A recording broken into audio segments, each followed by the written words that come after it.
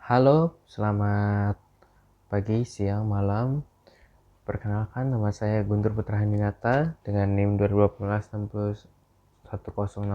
Maka di sini saya akan menjelaskan tentang buku manajemen sumber daya manusia berbasis kompetensi, menjelaskan dari chapter 1 sampai 15. Chapter pertama yaitu berjudul Building Competency for Organizational Future. Di sini kita diajarkan untuk membuat kompetensi untuk organisasi di masa depan, dan di sini juga menjelaskan manajemen sumber daya manusia berdasarkan fungsi-fungsinya, dan juga selain itu mengajarkan bagaimana cara mendefinisikan kompetensi, meta kompetensi, dan sub kompetensinya. Selanjutnya chapter 2 yang berjudul The Competency Development Process. Di sini ada 3 tahap dalam mengembangkan proses kompetensi. Yang pertama ada data gathering and preparation. Ini meliputi seperti identifikasi pekerjaan. Yang kedua ada data analysis. Data analysis ini menetapkan suatu keahlian. Selanjutnya ada validation. Validation ini memvalidasikan. Selanjutnya ada chapter 3. Chapter 3 understanding the competency management. Di sini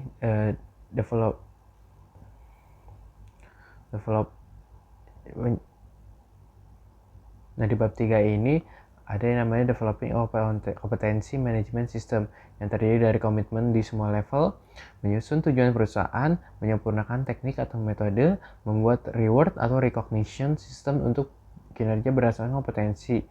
Yang terakhir, meniadakan hambatan organisasi. Selanjutnya ada developing management methods at conceptual level. Nah, di sini ada kompetensi manajemen method yang terdiri dari 7 bagian. Yang pertama ada task analysis approach atau pendekatan task analysis. Ini menganalisis detail task analysis baik mencapaikan job analysis dengan lengkap. Selanjutnya ada critical incident interview method. Ini mengacu pada suatu kejadian khusus yang mencerminkan kompetensi. Selanjutnya yang ketiga itu behavioral event interview. Ini membedakan high and standard performance. Yang keempat ada expert panel. Yang kelima ada threshold scales atau ambang batas atas dan bawah yang menyatakan baik atau buruknya suatu kinerja. Yang keenam ada report grade menceritakan hubungan kompetensi, subkompetensi, dan bagaimana seseorang menggunakan kompetensi untuk menyelesaikan pekerjaan tersebut. Yang terakhir ada Likert scale. Likert scale ini kelebihannya itu mudah diterapkan. Kekurangannya itu interpretasi beragam. Maksudnya ini bagus untuk satu orang, belum tentu bagus di satu orang lainnya lagi. Next. Selanjutnya chapter 4, kompetensi drivers transformation SRM strategies. Nah, di sini ada leadership required for transformation and competency building. Nah, di sini dia bagi menjadi 3. Yang pertama itu customer and market, yang maksudnya berfokus di mana semua perusahaan makin fokus pada apa yang bisa memenuhi kebutuhan pelanggan. Yang kedua, data and information analysis. Ya, ini maksudnya ini manajemen menggunakan fakta atau data, bukan kebiasaan. Contohnya itu menggunakan data analitik untuk forecasting kebutuhan rekrutmen karyawan. Yang ketiga ada proses manajemen. Proses manajemen ini proses bisnis harus mengurangi biaya dan meningkatkan value bagi stakeholder. Salah satunya itu karyawan. Yang keempat ada selanjutnya chapter 5. Chapter 5 ini mapping business kompetensi to people kompetensi. Nah, yang pertama ada core competence. Nah, dalam hubungan kompetensi perusahaan dengan kompetensi individu ada yang namanya core competence. Core competence ini terdiri dari KSAO yang digunakan untuk mencapai kinerja perusahaan dan mencapai keunggulan bersaing. Yang kedua, individu kompetensi KSAO.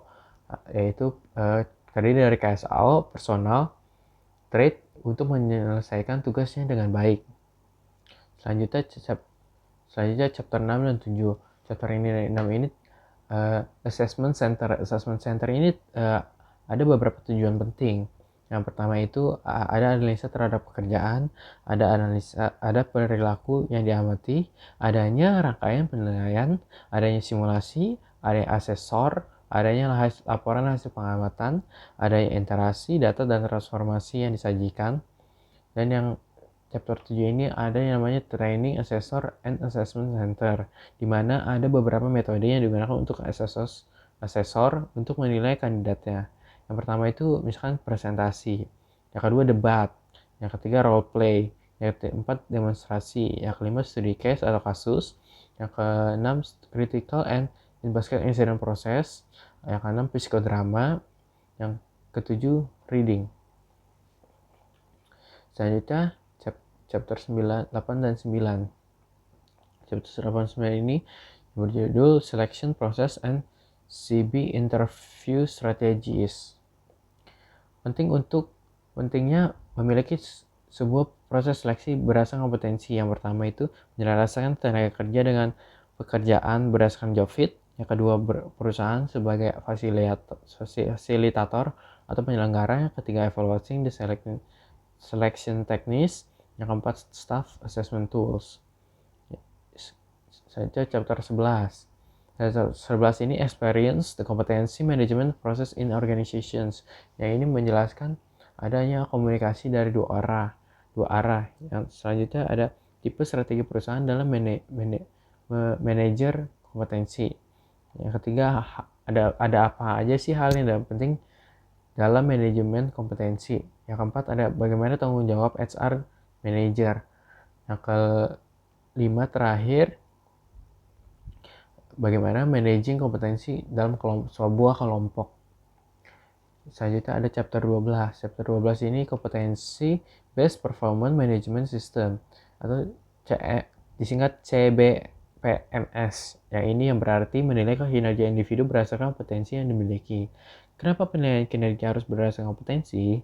Karena rapid changing environment strategi adanya fokus pun berubah. Tidak lagi bisa mengandalkan pada hasil, namun proses dan bagaimana meraih hasil tersebut.